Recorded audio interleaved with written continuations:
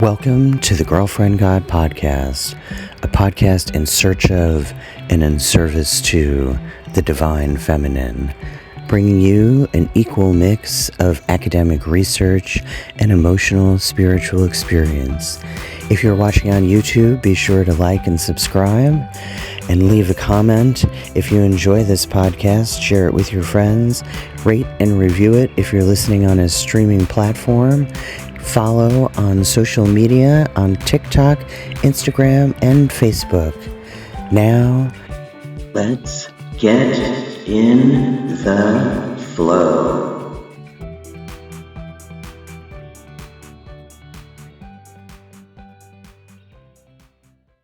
Welcome to another episode of the Girlfriend God. Today, I'm happy to welcome Razena. Is it Unwin or Unwin? Unwin. Razena has been following the goddess path for several decades. She led a study group called Within Every Woman is a Goddess for several years and facilitated several goddess retreats that focused on the descent into the underworld. She also started a tarot group that morphed into a metaphysical study group that was active for many years. And she's also a certified Chakradance instructor. We'll have to talk about that, and you have to tell me what that is. For the past few years, she's stepped back from facilitating groups and she's focused more on her own inner path by using the cycle of Venus and its correlation to the Descent of Inanna myth that she discovered by listening to Gary Caton's Goddess Astrology podcast in 2008. She's currently working on her 10th journey with Venus, each journey lasting approximately 19 months. Her way of working with the cycle has evolved over the years into her own unique process, though staying within the guidelines of the original story of Inanna's descent. And the sirens are still going off here. First, it was Mine are finished. Thanks for having me on, Kelly. This is an honor with all the people that you've had on your podcast. I'm like, oh, little me. I'm really happy to have you on my show. I always feel like little me because I, the people that I have on the show have these long lists of accomplishments and certifications and PhDs, and I'm like, I'm just somebody who loves the goddess and likes to talk about the goddess and various different goddess spirituality paths. So I think first, let me ask about the Chakradance instructor, because I don't know what that is. And if I don't know what that is, there's probably people listening that don't know what that is. Chakradance was a program started out by a woman in Australia that where you have obviously a group and you have music. All right, so you come in, you do a meditation. You either do all the chakras in one night, or it evolves into doing one chakra each night. Then you do a meditation, and then there's music that you get up and move with. You allow your body, thinking about the chakra that you're working on, you focus your energy there, you allow it to speak out, and you dance and you move with the music. And then when you're done, 15, 20 minutes later, at least in the beginning classes, the later classes were a lot longer, you then would sit down and you would draw a mandala that would express what it was that you felt during that dance. And it's a way to connect with your chakras. It's a way to connect with where you have blockages. And it was an interesting time, a journey. I know when I first started doing it, 2014, it was in person. Now they've evolved where they do a lot of it where you can do the programs online. So if you went to Chakradance, I think it's chakradance.com. She's got a lot more programs that's going. I can't remember the girl that started it, the woman that started it. I can't remember her name, but it was very intriguing, and the women that did it really got a lot out of it. Right. But I started, I got caught up in it because of the Venus. I wanted to connect. It's the way I work. When I want to connect with something, like with my chakras, I teach it. I learn it Right. all so I can share it. Right. And then that way I learn more. Right. Um, I get so that. I get yeah. that. Um, so in the Church of the Goddess, I'm offering a workshop in December called Six Steps to Cognizant Connection, because after the process that I went through to get to where I'm at in my relationship with the goddess, and then I wrote it all down so that I could teach it to other people. So Right. I get that. You do it yourself first so that you know what Yeah. you're talking about. I mean, Yeah. that makes Yeah. sense, right? Yeah. And Um, then again, you don't learn it all until you're sharing it and getting an outside input from other beginners. right, I think right, sometimes you learn more from the beginners than you do the teachers. right, Because you learn from both, but it's like they present things in a way that's like, oh, I didn't think about it that way. right, So, right, right. That's why I that's love having people come on the show, because they give me different perspectives of stuff that I know about. And I go, oh, yeah, I never thought about it that way, right? yeah, yeah. So let's talk about the Venus and Inanna thing that you do first. And I will likely interrupt you with questions while you're talking. That's generally how it goes. Um, I did see that there, as you had told me, there's other information about other astrologers that are working on this connection as Right. well. Right. So give us a brief overview of,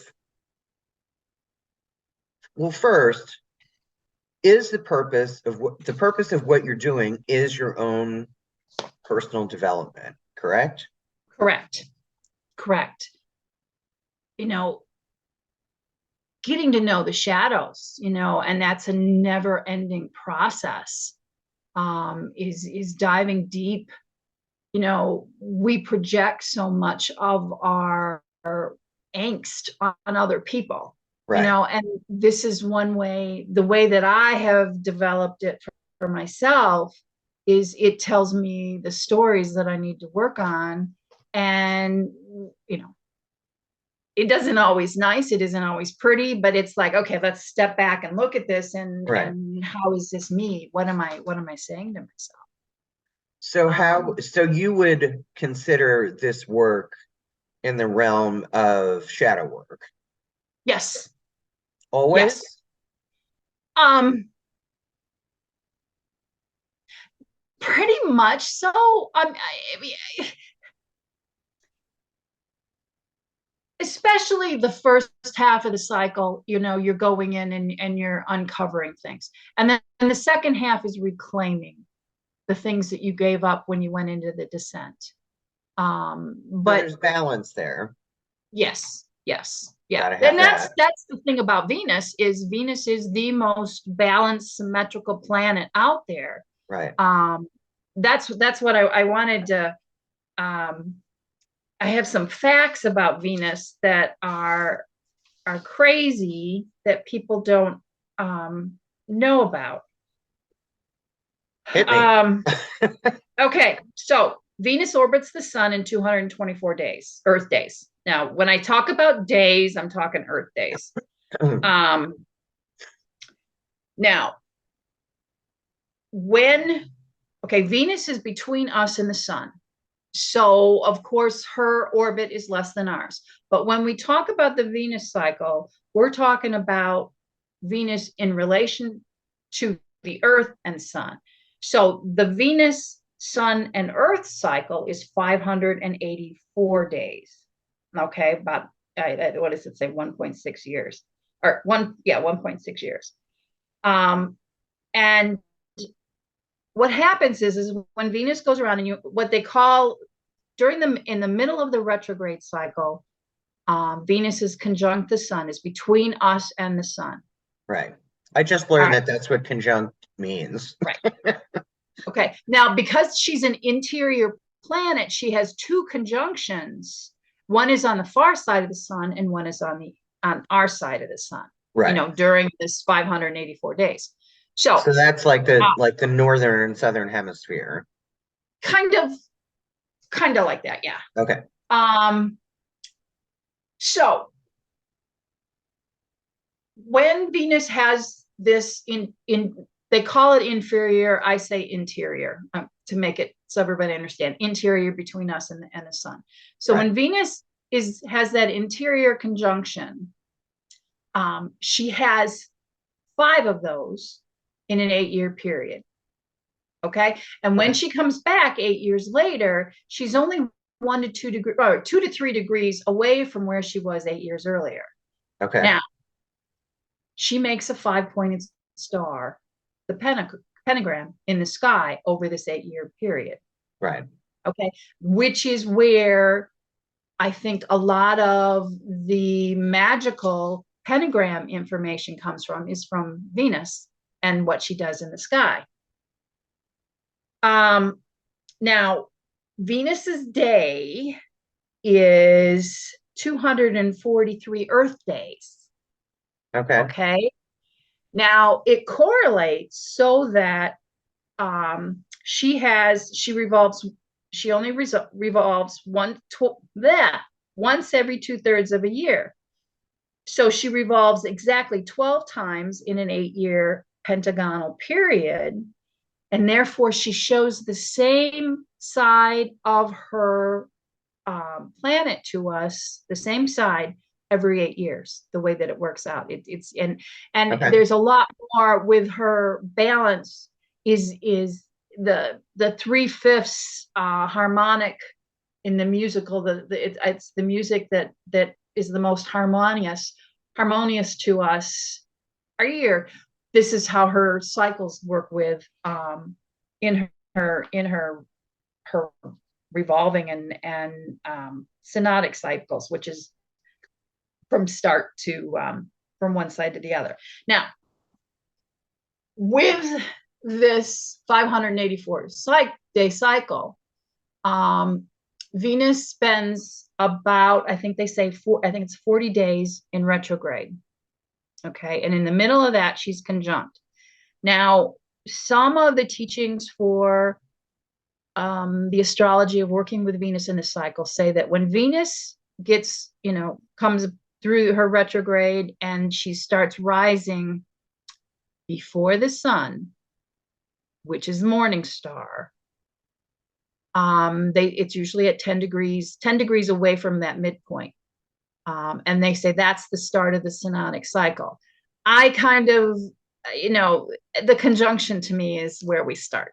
The conjunction is one of the major power points for me, because like this particular Venus cycle, in parts of the world, like in Australia, one day she was evening star, she was gone one night, and the next day she was morning star. She was visible because of the angle of the earth and her Right. declination. She was visible right away. So start at that conjunction point.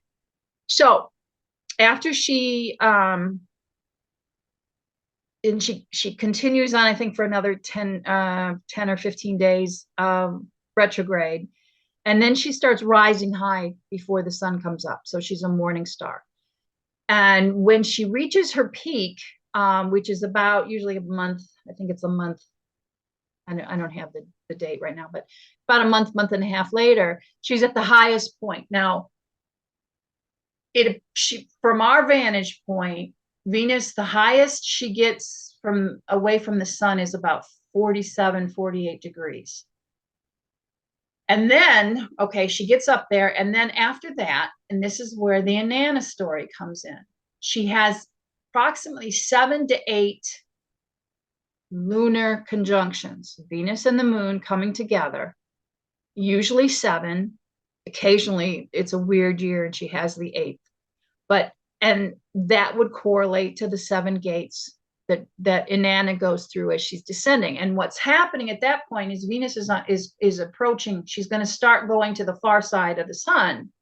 So it looks like she's descending, she appears from our vantage point to be getting closer to us, but she's actually going around to the other side of the sun. But Right. because from the way we view it, she looks closer until she gets to the point where she goes through the seventh conjunction. Then she disappears from sight for about 60 to 90 days, depending again on the year. And And what time of the year is that? When is that? that's it, it's about 8 months after her conjunction. So Okay. it doesn't tie in with our calendar. She has her own special cycle.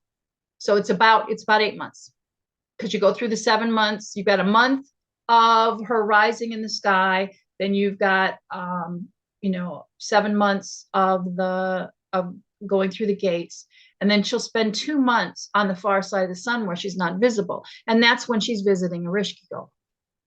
And at the midpoint is when, what I call, at the conjunction on the far side of the sun, which is, okay, you have the conjunction when she's retrograde. That's when she's closest to the sun. You have the conjunction when she's moving forward. That's when she's on the far side of the sun. That's when she's hanging on the hook, where Erishkigal has put her to death.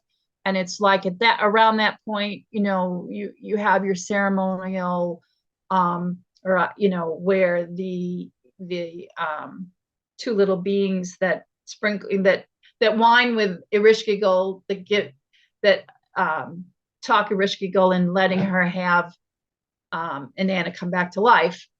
And then she rises out of the underworld and then goes through 7 or 8 conjunctions with the moon as evening star. And she'll get brighter and brighter and brighter until she's at her high point. And then we'll sink real fast after that 7 months to come back down to restart, because as she comes around the planet, around the sun, she appears to be coming closer to us. And then she goes retrograde and starts the whole cycle again. Right. I have questions. Go for it. Go for it. So I'm wondering if you could, because not everybody, I assume that people that listen to the Girlfriend God are familiar with the myth of Inanna. Right. But not everybody. But just in case they're not, can you just Sure. summarize that Yes. for Yes. us? Yes. Yeah. That was next on my list. Okay. So, okay. Inanna hears the call to go to the underworld to visit her sister Erishkigal, who is queen of the underworld. Right.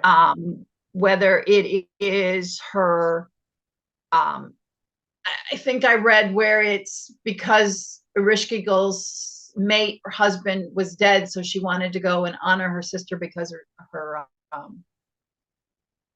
he was dead, or whether it was because she wanted to be, Erishkigal thinks she's coming down to take over her realm. But got it. Inanna gathers her 7 May that she had gotten from her grandfather, or 7 of the May, which are the symbols of power. So she gets all dolled up, and there's what she has. Oh, let me find the list. Anyway, she has 7 pieces of power, a crown, a necklace, a chest plate, rod, that the symbol of power in her hand, and so on. So there's 7 pieces. So she goes through, and when Erishkigal finds out she's coming down, she tells her minions, okay, don't let her in, make her take something, give me something, and have her come through the 7 gates. So she starts going down to the underworld. She goes through the first gate, gives up her crown. So we start at the crown chakra, because they have correlated these to the chakras, the 7 major chakras that most people use. Okay. So she starts out the first one, and they're like, she's like, I don't have to give this up. And they're like, yes, this is the way you need to give it up. So she gives up her crown chakra, and that's at the Venus moon conjunction. And then she goes through each gate, giving up a piece of her regalia. When she gets into the underworld, and it's like, you get into the underworld, nobody gets out alive.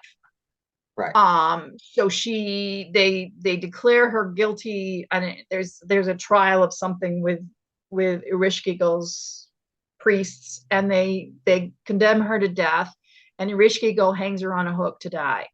Now, before Inanna went into the underworld, she told her maidservant Ninshabar, okay, if I don't come back, get a hold of my grandfather or somebody. So Ninshabar had to run around trying to find somebody to help. And finally there was, I think it was her grandfather, fashioned two little beings out from the dirt of his fingernails, and told them to go into the underworld. They were like little fly type things, and go to Ereshkigal. And when she whines and cries about how horrible her life is, you agree.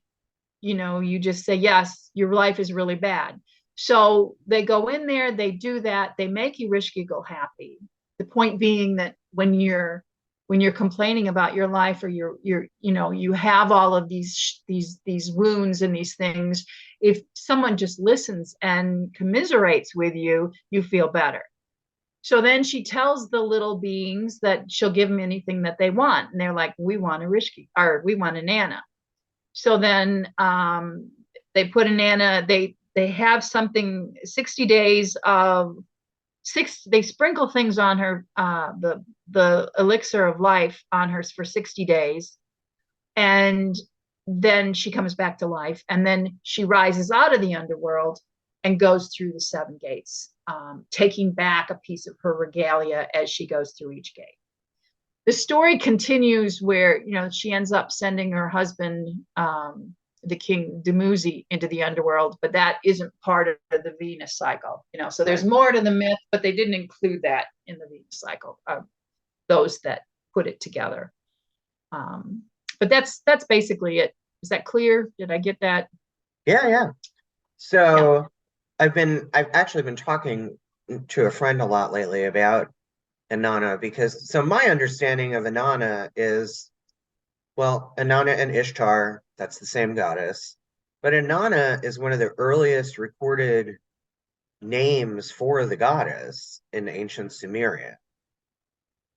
Right.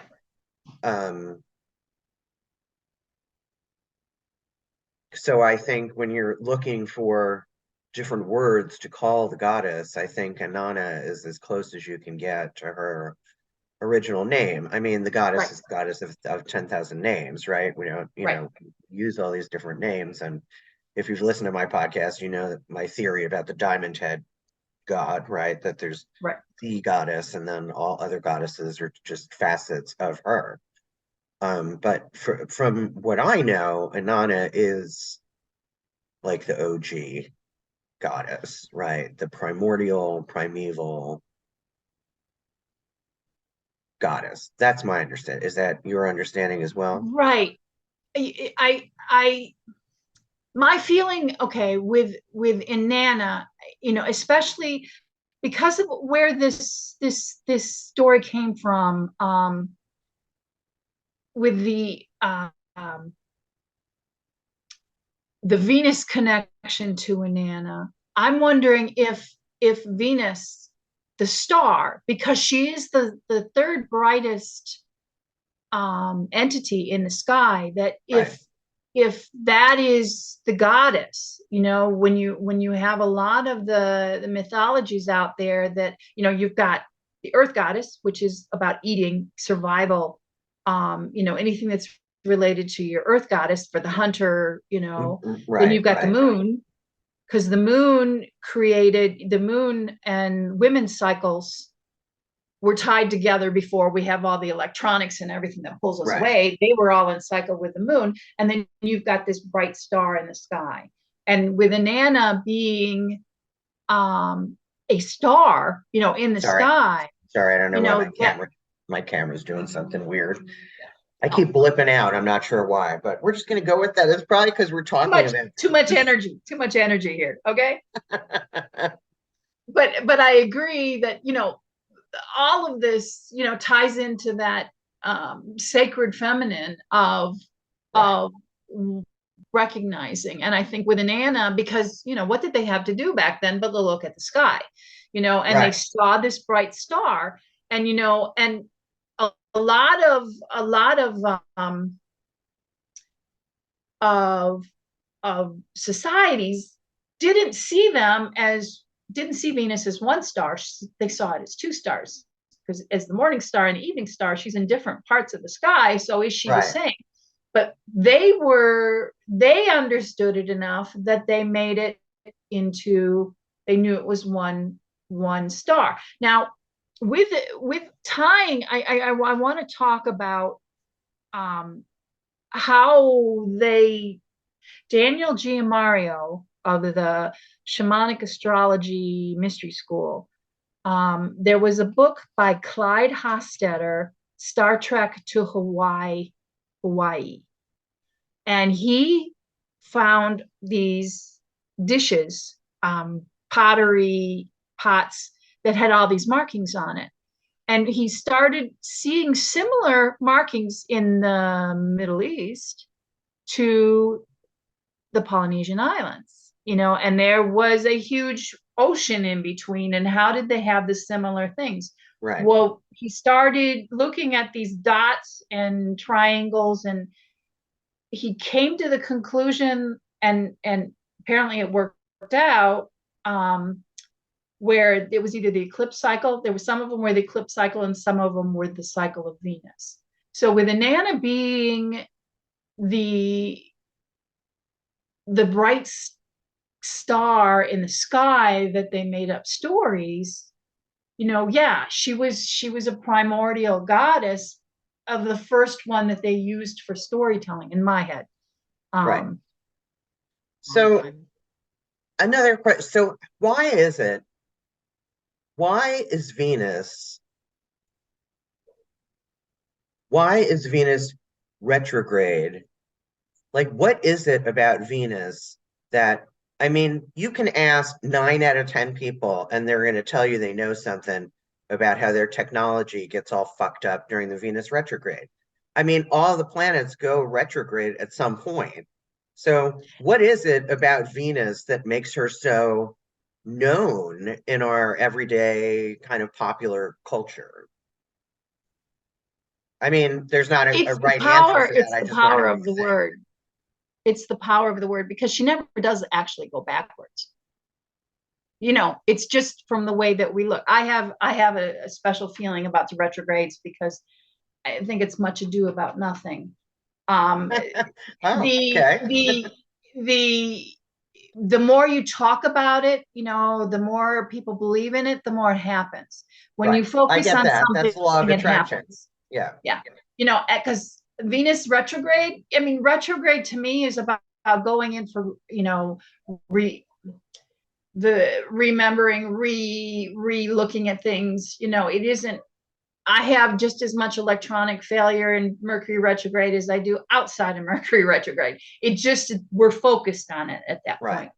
And we can use that as an excuse. That's my viewpoint. And I know there are a lot of people out there who would tell me that I'm full of hooey. But it's just especially for Venus and Mercury, because they're between us and the sun.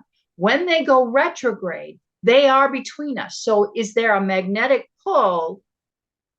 Not because they're retrograde, but because they're closer to us than they Right. are at any other point in their cycle. And That makes that's why um things might, because the moon causes, the full moon, will cause disruption in the flow, the moon transits. So especially like with the tides. So it would make sense that Mercury and Venus would cause similar situations. Yeah. I've just wondered why that is the planet that kind of rose to fame in popular culture over all others, other than because she is a representative of the goddess. But there are other, I don't know, it's just interesting to me. I, Yeah, I like to know I like to know when things rose to prominence. Like, at what point in our history did we start talking about Venus retrograde all the time? You know what I probably. mean? Because I see that, I see those things kind of catch on with goddess spirituality, right? Like, I remember when nobody knew who Hecate was. Now she's everywhere. You know what I mean? It's like as soon as, like, anytime we step outside the Greco-Roman pantheon, a goddess will appear on the scene, right? And then she's everywhere. The next thing you know, like when it happened with Hecate, then she was a main character in, the Chilling Adventures of Sabrina, the Teenage Witch, and then all this popular culture arose around these goddesses, and I just think, how does that happen? How does that happen? I think it's the collective unconscious. Yeah. Once it gets brought out, that's my feeling. Um, I think you're right. I think different it's goddesses come to us at different times because those are the goddesses that we need.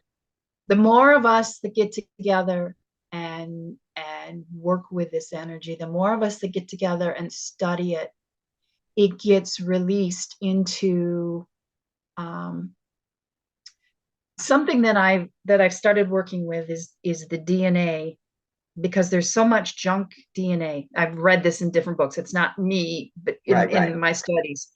And there's so much junk DNA, and they don't know what it's for. Well, there was an author whose name I can't remember. I think it was a channeled work, but it made sense to me. And how that's okay. Erda happens to be one of the goddesses that I'm using with this journey, which we go into. But she's the goddess, the Norse goddess of the past that takes care of the well of memory. The well of memory, to me, okay, is the DNA. It's within that DNA.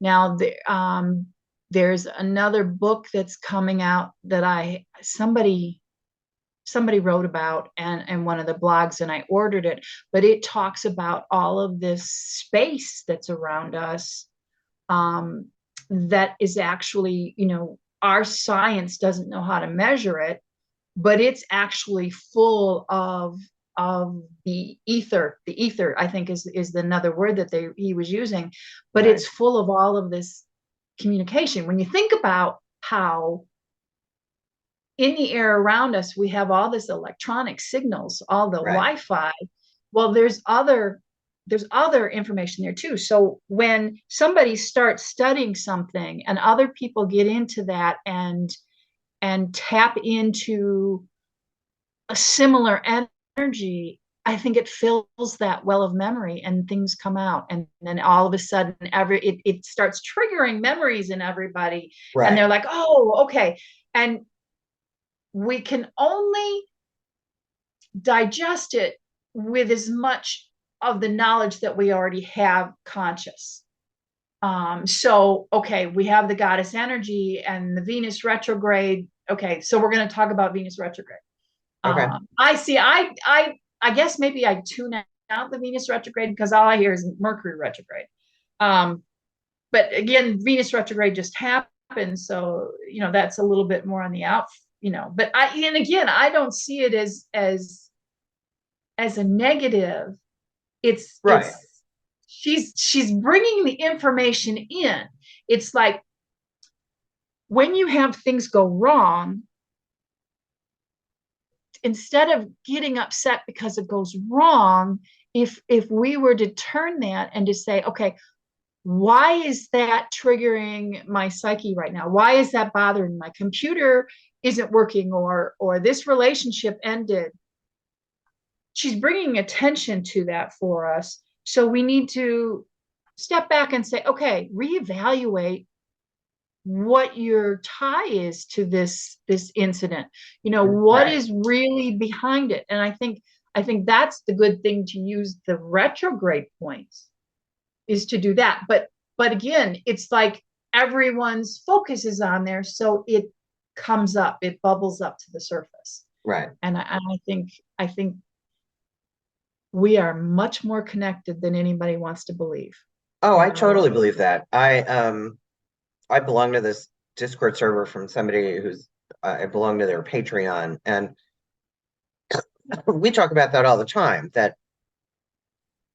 Because I mean, that's one of my core spiritual beliefs is that we really are all connected. There's only one of us here, right? We really are connected by this kind of mycelium, kind of like how all the trees are connected by their roots underground. It's like that. We're just above ground. Right. And those connections are through energy. Like back in the 90s, everybody was all about the aura, right? Nobody really talks about aura anymore, or people aren't offering services to read your aura. But I remember when like that was it, that was the thing, right? Right. And I do think there's something to that. I also personally believe that that is what we are headed toward in this, because I also think that we are all in an evolution of consciousness, right, as a human race. And that is the awareness that we're headed toward, right? That we are at the precipice of ending a separation mentality, which is what we've had for hundreds of years. Right. This illusion that we are separate. I think that we are becoming conscious of the fact that that is not true. Right. Enough And of this us is a whole are. this thing about consciousness and the evolution of consciousness. That's a whole other rabbit hole we could go down. Yeah. But you said there was something else that you wanted to talk about. Well, you said there were other things that you wanted to talk about. Okay, my brain is gone blank. See, we swerved Yeah, into the consciousness. yeah. Okay, let's go back to the Venus, the Inanna correlation. All right. And Venus is what's considered a benefic planet, right? Right. By some. That's the Greco-Roman stuff. You know, you've got Okay. the Mayans, I pronounce it wrong. She's a war god. I mean, for them, they have two names, one for the morning star, one for the evening star, and they're war gods. When it's a morning star, I think it's Quetzalcoatl is I don't remember which one he is, but that's a war god. You know, when Venus is a morning star, there's going to be war. They knew there would be war. You know, that's the time of the cycle when there's war. But again, societies. But Venus, you know, I guess, you know, because I know all of they talk about Venus being love and balance and harmony and like you say, the beneficent, you know, good things. But you know, going into the underworld isn't good things. It is at the end of the story, Right. But you got to go through the trials first. Right. And so, which would be the morning star. The morning star is when you're going into the underworld. When you're coming out of the underworld, it is usually you're picking up pieces and putting yourself back together and finding your power so that you can rise as queen of heaven and earth at the very highest point of the evening sky. So yeah, again, it depends on her cycles. And see, that's the thing with astrology and a lot of the astrology most of the astrology that people that aren't astrologers pay attention to is where is my Venus? What sign is she in? What house is she in? But there's also, you know, or all the planets, there's also the cycle. Because just like you have the moon, you know, whether you have a full moon or a waning moon or a waxing moon or a new moon, you've got that with all of the planets too. And that affects how powerful your Venus is in your chart. Where was she? What was her star point? What was the energy when she started her cycle? That's part of the seed that takes care of you, that feeds your story. Yeah, I could go on. So is there something that happens with, so Venus's cycle is every 19 months. Every about 19 months. Okay. I was just thinking about my other astrologer friend always talks about my Saturn return, but that's a much longer. That's cycle. 29 years. Right. That's 29 years. So and there are correlations between the different planets and returns, which I don't have under my fingertips right now, but I know Gary has talked about it on his podcast, where, when Venus and Mars have a cycle, it's, I don't know if it's Venus or if it's Mercury, where every 13 years they connect. They're all the planets have cycles like that where Right. several of them will come back together at the same spot, the same area, every so many years. But the Venus cycle is 18 and 19 months, somewhere right in there. And it comes back. You have a return every 8 years.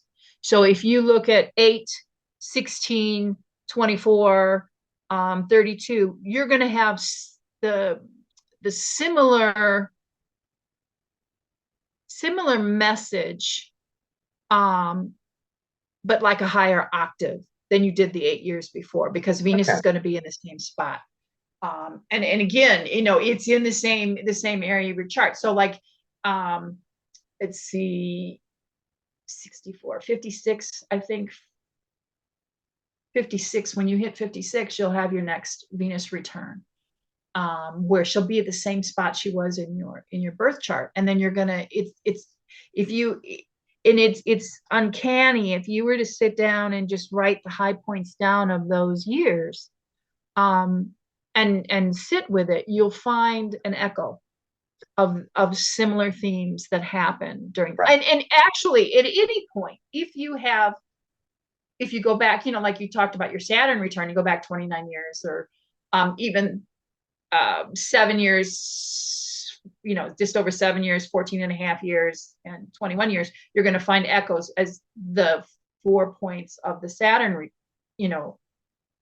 in relation to your birth Saturn. It's going to be the same thing for Venus. Is if, you have this big event that happens on this particular date, if you go back 8 years, there's something similar, because if it's triggering something in your chart now, it triggered something 8 years before that too. Right. And so it's that, it's intriguing when you start, working with Venus, to me, is incredible, because there's so many different ways, well, any of the astrology, but there's so many different ways to work with her. And it's more than just, my Venus is in Libra in the 5th house. There's more than that. My Venus is a Cancer star point. Ariel Gutman wrote a book called The Venus Star Point, and she talks about what the meaning is behind each star point, which is, the energy, the guide works for your Venus through the next 19 months. And I have a Cancer. I'm one of the last Cancer Venus star points, before she switched into Gemini. And, the caring, the crabby person, the caring, that just as much as my Venus Libra, Libra stimulates my Venus, so does that Cancer. And, which I think is all part of the reason why I work with Venus so much, because my rising sign is actually the same within a degree of my Venus star point. So it's like, I was born to work with Venus. So give me another question. I'm losing my mind.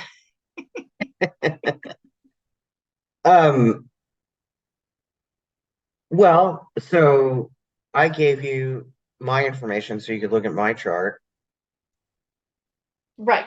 So where is Venus? So you are a Scorpio star point. Your Venus is a Scorpio star point, and you were born just after Venus as a high point as evening star. So it was right between the third eye and just 2 days before the crown chakra gate, when she is at her highest, brightest. She is queen of heaven and earth at that point. And that's to me, that's kind of like where the end of the cycle is she's up there and she says, I got it all. I've taken all my pieces back. Right. And, I am the goddess. And that's where you were, at this point of the cycle where you were born. That's so interesting. yeah, so it's the priestess, it's the high priestess. It's not just the priestess, it's the high priestess.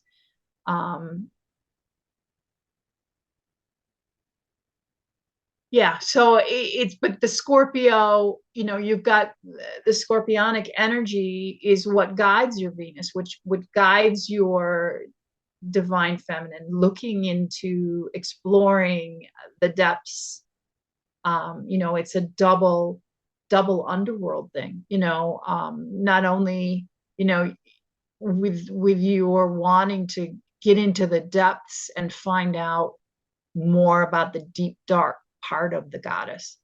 That's the way I would take it, knowing Which I've for both. done. Yeah. Right. And I've done a tremendous amount of shadow work.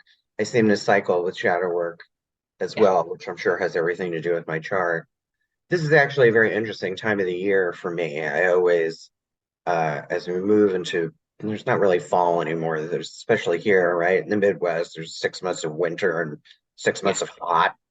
But that little window, that October, when you can start to smell when the leaves are falling, and just that kind of fall feeling, because I'm 52, so I grew up with actual changes in the seasons that we used to have. And fall has just always resonated with me. I mean, I was born in the spring, my birthday's in the spring. But there was something about fall that causes great change in me. And I'm sure that has something to do with my chart. Mm-hmm. Yeah. I didn't remember all the other, I know I wrote down the notes of the Venus cycle, but I did, but I don't have them with me, with the different parts. But yeah, it's yeah, with that scorpionic energy, it's diving into that, like you just said, and I'm sure there's other things. I can't remember what else you had over there. But yeah. I can never retain any of this information from my friend Rachel. She tells me stuff all the time, and I just don't. I don't know how you guys remember this stuff. Astrology It's is like so learning. big. It's so Yes. big. It's like learning another language. I have one of my Yes. dearest friends. He'll look over my shoulder when I'm looking at a chart, and he says, "All I see are squiggles. How can?" And I'm talking away, and he says, "How do you get that out of there?" And it's like, and there's I just so many. the only thing I remember is that I have a grand fire trine in my chart. Okay, that's um, the active principle. Trines sometimes just happen, and they're Right. not always good because you get lazy. I mean, for me, that speaks to, so I have often said that I'm fire incarnate. Like I am just, it's not just that I'm a fire sign. I am always drawn to air and water signs as my friends, as my partner, right? My partner's a Gemini. Um, because I need those people in my life to kind of tamp me, because if I don't have that influence, I will burn through everything and everyone. I have, when I am passionate about something, watch out. I don't, you know what I mean? Nobody craves connection more than I do. The relationships I have are all intense and intimate. And you know what I mean? It's always fire. I am driven by fire as my element. Yeah, that could have to do with where your Mars is too, which I don't remember. Let me see. I don't want to lose you. Let me see here if I can minimize this. There. Okay. No, I lost you. Go ahead. And then I have another question. Now your Venus and Mars are conjunct. your Venus and Mars are together. Of course, they're in Gemini, which is your connection to the air. You have Mercury, Chiron, Vesta in Aries, your fire. Who's the other? Let's see, Leo. Your South Node is in Leo, which is a fire with Ceres. And then your Neptune is in a fiery planet. That's your grand trine. The one thing that I thought was interesting for you is you've got Asclepios, the asteroid Asclepios, which I could go into that, how I work that with my Venus stuff too, is conjunct your sun. So that's the healer. You know, Asclepios is the dream healer, and that's conjunct your sun in Aries, which would magnify, you know, that fiery energy. So you've got a lot of fire energy in your chart. I mean, it took a long time. It took a long time for me to learn how to accept myself as that, and that is who I am and who I was meant to be, and stop apologizing for it, right? Because I've tripped over a lot of people in my life who've told me that I'm too something or other, too intense, too needy, too whatever. Not too anything. You know what I mean? And if you're experiencing me that way, that's your stuff. Right. Right. Your reaction to me is about you. That's not about me. That's about you. But so I'm not the right person for people who are just learning about themselves or just learning about what friendship really means and what relationships are about. Like, I'm not a beginner friend. You know what I mean? Like, you gotta have some knowledge of yourself to be in my kind of orbit. I know that sounds egotistical, but it's not. It's just that I know myself and I know who I resonate with. You know what I mean? It's your opposition. The sun and Lilith, Black Moon Lilith, oppose each other. So that's what you're going to bring out in other people, are their shadows. Right. You know, and again, so that's something that you know, exactly what you just said. That's in your chart, and that's in your personality. Right. You just can't. It's just who you are, like you say. But I want to touch back, because this is something that I'm passionate about, and I don't want to miss it. And then remind me that I have a question. Okay. I brought up the Asclepios. When I do, because I've done this journey, well, I've worked with it for 10 cycles, but there's been 5 cycles that this is the fifth in a row that I have worked in my own way, where there's thousands of asteroids out there, and I've taken a list of, I'm up to now over 500 asteroids that are related to deities or strong mythological figures that carry weight in our societies now. And I have worked up a program, you know, so that I know what deities are going to be with me at each, what I call the power points, the highest point in the sky, each of the conjunctions, and the lunar Venus conjunctions. Yeah. So asteroids are getting a lot of play in astrology these days, right? Right. Because they're the stories. You know, it adds a layer of flavor. You know, they're being discovered, and as they be discovered, you know, and that's another thing, is some of these asteroids get discovered and they get named. All of a sudden, that energy then flows into the earth, that flows into the collective consciousness, because we've acknowledged it. Right.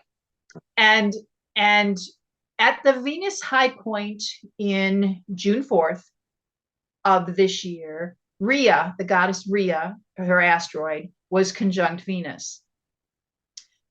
Rhea is the wife of Cronus, which is Saturn, and Rhea is, I think, Ops is the name. She's also Cabelli, which I always said was Sybil, but I heard on one of your podcasts it's called Cabelli. It's Cabelli. Yeah, they're the same goddess energy, and she's the one that had Okay, Cronus swallowed all her kids because he knew someone was going to kill him, until she got to Jupiter, and then she hid Jupiter away, and then Jupiter eventually got Cronus to disgorge all his siblings. So the story behind Rhea is she will help uncover parts of ourselves that we've hidden away. Kronos being Saturn, being this is how it should be, that the dark side of Saturn is the patriarchal, the things that have made us swallow and hide the shadows inside. And then Rhea finds a way, by saving her last child, to who comes forth and helps us bring these shadows out, all of these hidden gifts, all of these hidden parts of ourselves out. So that's the story that I took for this upcoming cycle. Now, when she went retrograde at that point, she was conjunct Lilith.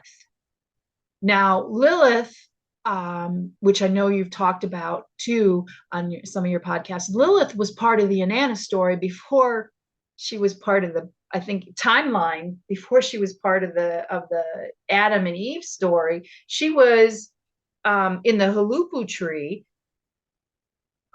This Lilith was hiding away in the tree, which I had read, and I don't know where I saw it at, but Lilith was a priestess of Inanna.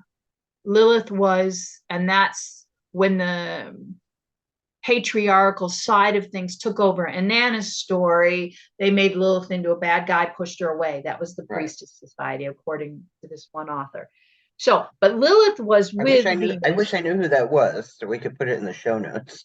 Yeah, I'll have to find it out. I was going to say, could you at some point? I have it somewhere on my computer because I save everything. I have so much, but I'll find that. Well, we did mention quite a few references during this show, so I'll have to go back and make a list, because I like to put it in the show notes in case people want to learn more about that particular thing or read that book, or I can send you a list, because I have it all here.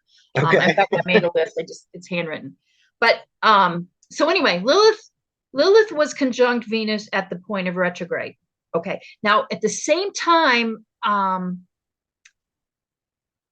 with astrology, there's different ways to work with, you've got so many degrees, everybody's in, Libra 23 or whatever. But there's also the declination north and south of the ecliptic that is similar to the conjunction. And Pluto happened to be with Venus in the declination at I think that might have been at the high point. But at the time of the retrograde, there was also in the sky, the sun was opposing Pluto, squaring the nodes, which a lot of astrologers went, it's the turning of the age. It's a huge, the kids that are born at that point during that time period will make huge changes in the planet. There was a whole big thing, but it was happening at the same time that Venus went retrograde. So Lilith plays a huge part in this upcoming cycle. And then, which is working with shadows. It's working with, she's about the parts of yourself that you've hidden away. And it's like, no, I'm coming out. I want to talk about this now. I want to get it out. I'm not going to be hidden away.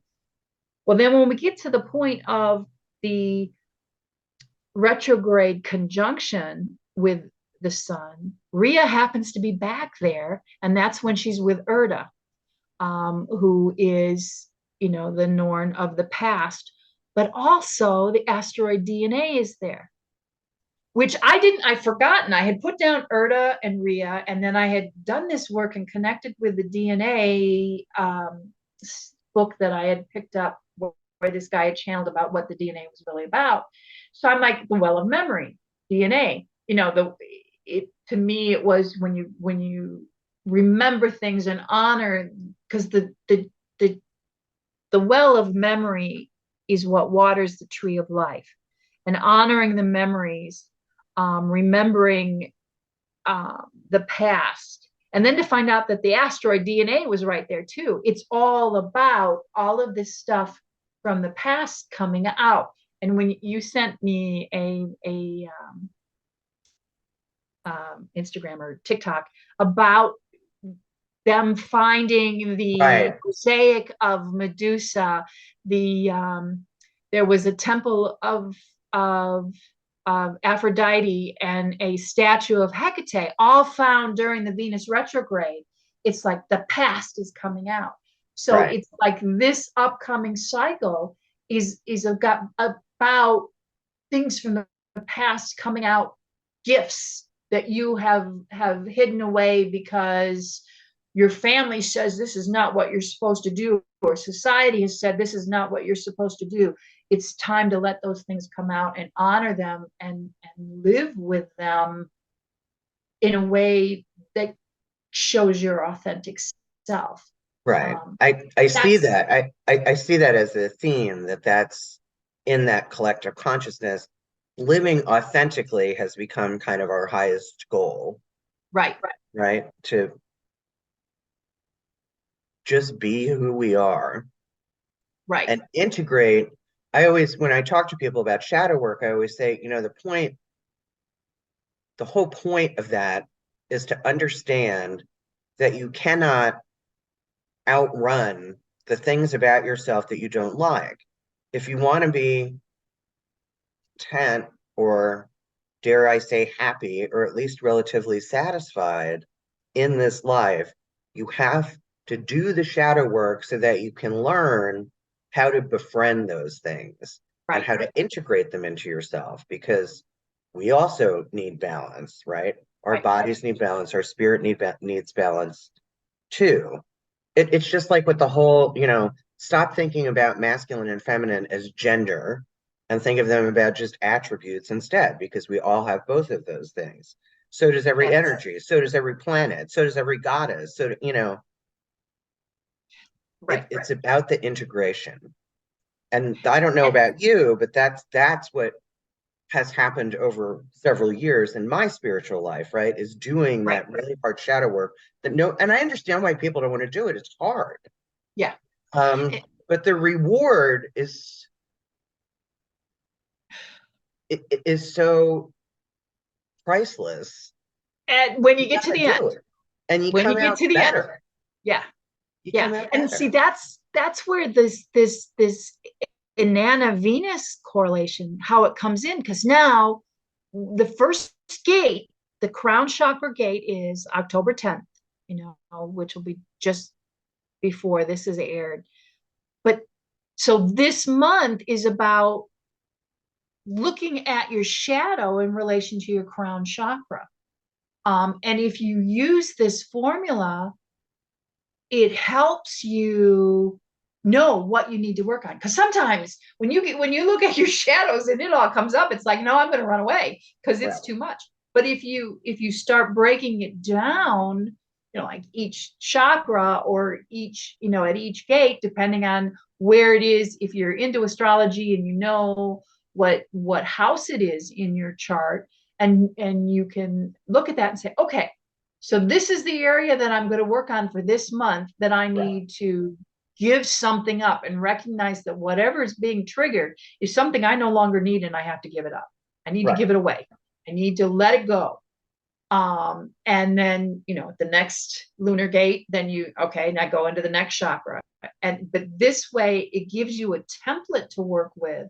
And you've got a month, to mull it over and see what's happening in the outside world around you. All of that is a message to you. Anything that triggers your attention is a message to you, that if you sit in meditation and contemplation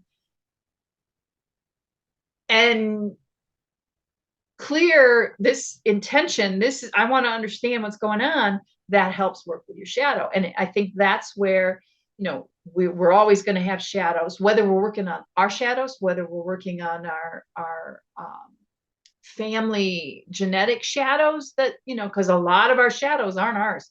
Stuff that gets triggered in me, it's like, I haven't had anything in my lifetime, but Right. it's something within the makeup of me that I need to go, okay, that's not mine. Right. So much of what we carry is not ours to start out with. Right. We need to let go.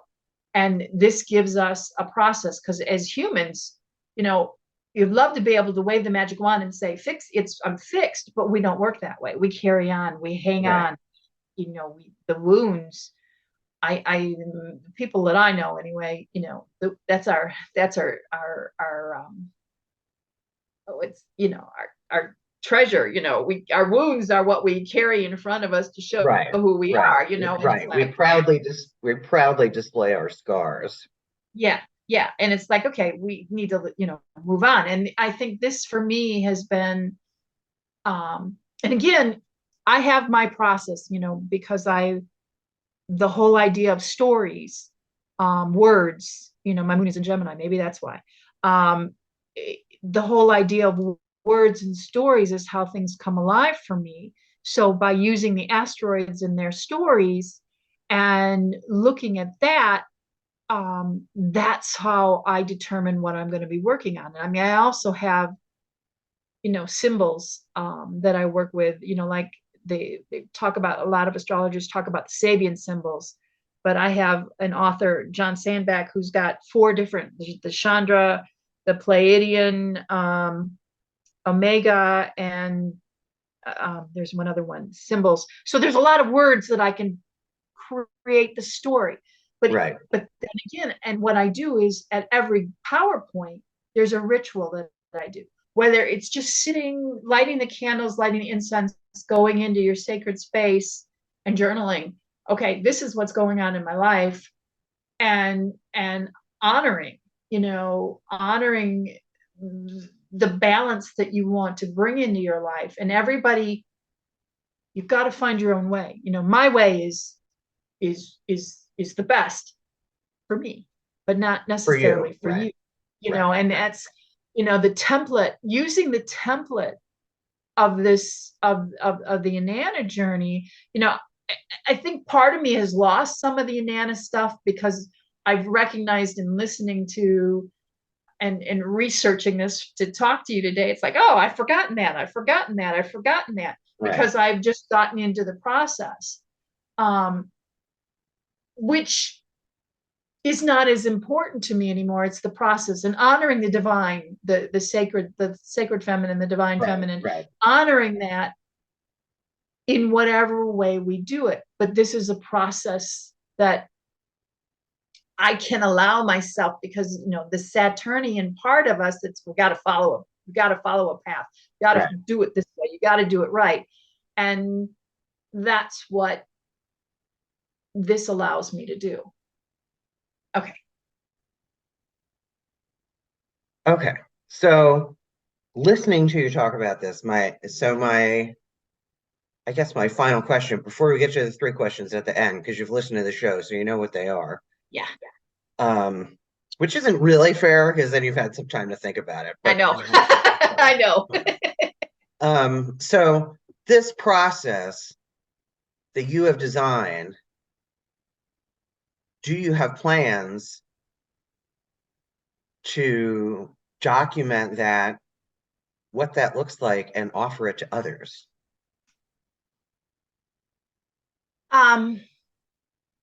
Plans, yes. I've been thinking about it for many years. I think the process of you inviting me here is kickstarted it so that I can. Okay. So where were we? Oh, yes. Is this a process you're going to make available to everyone? You said coming on the podcast. So go from there.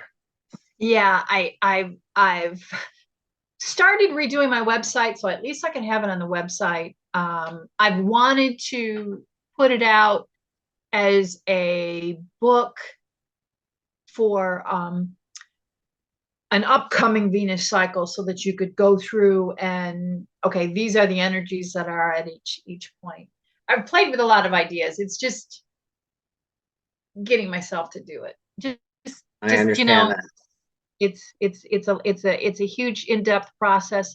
I spent 3 months this last winter gathering all the data for the upcoming cycle.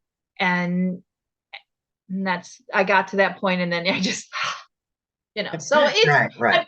I'm hoping to at least have some of this on my website, Okay. which is razena.net. I'm I'm working on it. I'm working Okay. on it. It's a That's process. good. And I mean, I think it's we, something that people could benefit from, and shadow work is all the rage right now anyway. Everybody's yeah, doing it. yeah, Um, yeah. And there are a lot of, there are several astrologers out there that use the Venus cycle as, they have workshops and stuff that they do. Kaylin Castal of um, who was with the shamanic, one of the co-founders of the Shamanic Astrology Mystery School. She has, at her Venus Alchemy site, she has stuff, and there's others out there too. So it's not like there's a huge void, but again, I do it a little differently, just because right. that's me. But yeah, we'll see how it goes. We'll see. Hopefully, I can get it up and running. Well, hopefully, if the Church of the Goddess becomes a thing, right? Because it's still not quite a thing yet, but as it becomes a thing, uh, I do want to, what's the word I'm looking for? I do want to, the word is escaping me, but connect with other practitioners of various things to create workshops that we can then offer Yeah, through the church. yeah, Um, that'd be cool. collaborate with, that's the word that I Yeah. was escaping me, collaborations. So we'll have to talk more about that. Okay. We've reached the point in the episode where you get to answer the 3 questions that you Okay. prepared for in advance, which isn't as fun, but Yeah.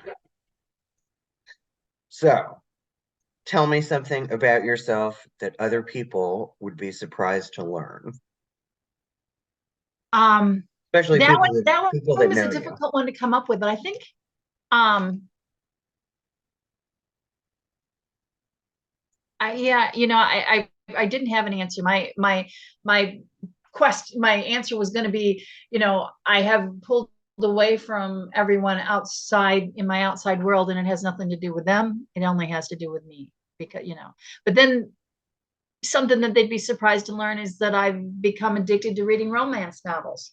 Someone who didn't like romance novels, and That since is a I've good retired, I'm answer. reading romance novels. So that probably would be the biggest. Okay, that is a good, fun answer. Yeah. Yeah. Okay. Um, Mine always, I used to always have the same answer, but I think my answer is going to become, my wife and I are going to start watching The Jewish Matchmaker as our guilty pleasure. Oh. I'm not quite up to that point yet. Yeah. I hate reality Romance shows, novels, but that just looks fascinating yeah. because there was a character on another show that we watched who that's what she did. She was a Jewish matchmaker. The mother, in The Marvelous Mrs. Maisel, that's what she does. So now there's this reality show out about Jewish matchmaking, and I don't know, it just seems fun and fascinating and trash TV. So, Yeah. which we don't usually watch. Yeah. Um, Cool. anyway, so that's my current fun fact. Okay. So, what is your current favorite movie or television series? Okay. Well, I'm a huge RuPaul fan. That's something that has recently caught my eye, and I've binged watched that for the last year or so. But I had a movie that came on recently that I absolutely loved, and it's called 3,000 Years of Longing. And Tilda Swinton and Idris Elba are, Idris Elba. Oh, I love yeah. both of them. And it's about a professor of mythology and storytelling. I think they called her a storyologist. And she goes to some Turkish bazaar or something and finds a bottle and ends up releasing a jinn.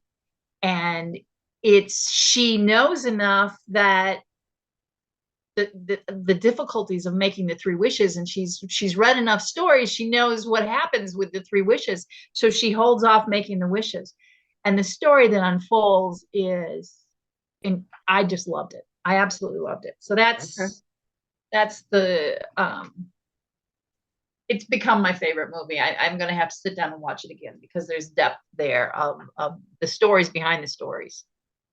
So that's cool. 3,000 Years of Longing. Okay. If you like the unfolding of stories, for the longest time, my favorite movie, I guess it still is, my favorite movie is a movie called The Red Violin that has a story that has several stories within a story. Yeah, I think I've seen And it. watching the story of the violin unfold and its Yeah. history and where it's been and who its owners have been. Yeah. Uh, yeah, I love that movie. I I don't know why I'm sharing my answers with you. Nobody asked me to. But I thought it was time, I guess. I don't There you know. go. There you go. These people wonder. It's not like anybody's writing into the show being like, you always ask these questions. What are your answers? Yeah. Okay. And then the final question, if your life were a movie, what would be the theme song on the soundtrack of your life? There's two. There's two that I might use. The first one is nobody would understand but me. The Human by Killer. Okay. Are we human or are we dancer? That to me, with the interplay of that, are we human or are we dancer? What are we really? Yeah. That one for the longest time was like my favorite song. But recently I had another song that came up that's called Savage Daughter. And it's, I am my mother's savage daughter, the one who runs barefoot, cursing sharp stones. I will not cut my hair. I will not lower my voice. My mother's child is a savage. She looks for her omens in the colors of stones, in the faces of cats, in the falling of feathers, in the dancing of fire, in the curve of old bones. And I really, Who's the artist? this particular, there's a couple people that sing it, but this is Katerina Shelahova. I Okay. came and Pandora, because I, have Pandora and it randomly picks things. And when I heard that song, probably about 2 months ago, I'm like, oh, is that my song? I am my mother's daughter. Is it my mother or is it the goddess mother? There's different ways to interpret that. So Right. it's a very powerful song. But yeah, she sings heathen songs by the light of the moon and watches the stars and renames the planets. That's me. That's me, working, telling the stories of the asteroids and working that kind of stuff. So Perfect. that would be a good song for me. All right. In my current incarnation. So this is fun. This is fun. Fun, right? This We'll is do it again because there's so much to astrology. I keep trying to get my one of my best friends, that astrologer who's my personal astrologer, right? She always talks to me about my chart. Um, and we've known each other for 20 years, and she knows that I don't understand any of this stuff.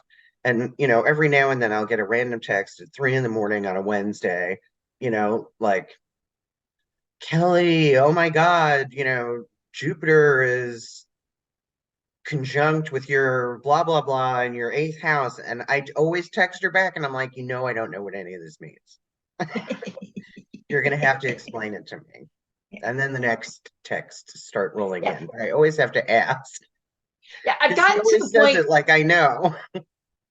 I have a lot of friends like that. And I've gotten to the point where I don't say it's Jupiter in the eighth house of this. I just say, you know what? This is the energy you need to be working with, because it's like, otherwise they're like, huh? Right. Well, she'll eventually get to that part. Yeah. Right. Yeah. Yeah. And she tells me that just the process of chart readings is that every time she looks at it, she sees something new. And it's almost it's oracular. I think it's that what you need to know at that point is what pops out. Right. I think I found, because I'll look at somebody's chart and then come back a year later and go, why didn't I see that before? Why, Right. and it wasn't pertinent, or something at that time. So even my own chart, I do that. Right. I have I have Juno square Venus, and I never realized Right. exactly square, and issues with women. Okay, you know, Yeah, that's all yeah, over my chart too. yeah. But anyway, Um, get me going. okay, so when I say goodbye, screen's gonna go blank. You know the deal with Zoom, but I will be in Okay, touch. Well, I'll be in touch. I was gonna say I'll be in touch once I have the episode edited and it's ready to go, but I'm probably gonna talk to you before then. So yeah, yeah. I'll try to get you all the names of everybody I mentioned.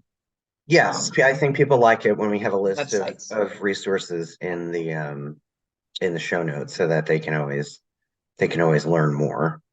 Right. And when I go through the video to edit, which I don't edit a lot, but I'll try and make a list of, oh, we talked about this thing and we talked about this author and we talked about this book.